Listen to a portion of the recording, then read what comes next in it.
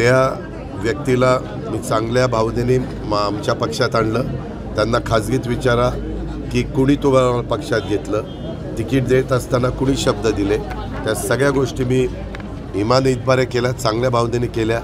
परंतु नंतर निवडून आल्यानंतर काही दिवसांनी त्यांच्या काय मनात आलं आणि मला राजीनामा द्यायचा, त्यांना विचारा की अजित पवार आणि इतरांना देखील तुम्ही राजीनामा द्यायचा म्हणून सातत्याने सांगत होता की नव्हता, कुणी तुम्हाला राजीनामा देण्यापासून थांबवलं।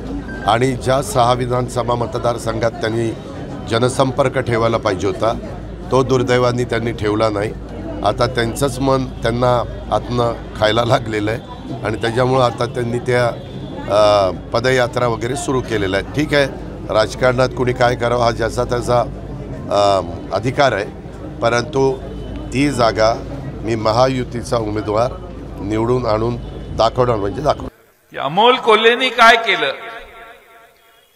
अमोल कोल्हेंनी लोकसभेत किती काम केलं, अमोल कोल्हेंनी देशातले प्रश्न किती मांडले, अमोल कोल्हेंनी बैलगाडा शर्यतीसाठी इथं भाषण करण्याच्या ऐवजी दिल्लीमध्ये कशी भाषण केली आणि त्याला न्याय मिळवला, हा सगळा इतिहास तुमच्या सगळ्यांच्या डोळ्यासमोर आहे। आज काही लोक अमोल कोल्हेंना पराभूत करण्याची भाषा करतायत।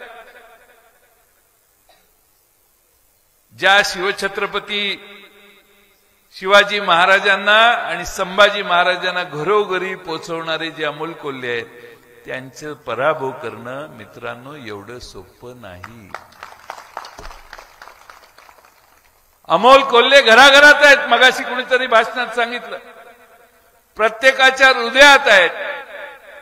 मी माझ्या डोळ्याने मागच्या लोकसभेला बघितलं, अमोल कोल्हे पुढे चालत होते आणि सगळे अमोल कोल्हे साहेबांना इतक्या आदबीनं भेटायचा प्रयत्न करत होते। प्रचंड मोठ्या प्रमाणात लोकांचा ऍक्सेप्टन्स त्यावेळी होता, आता तर काम उभं राहिलेलं आहे।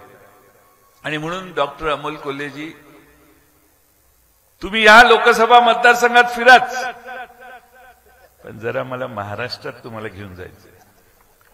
आणि जे अमोल कोल्हे साहेब तुमच्याकडे कमी आले असतील तर त्याला जबाबदार हा जयंत पाटील आहे, कारण मी त्यांना महाराष्ट्रात घेऊन फिरत होतो।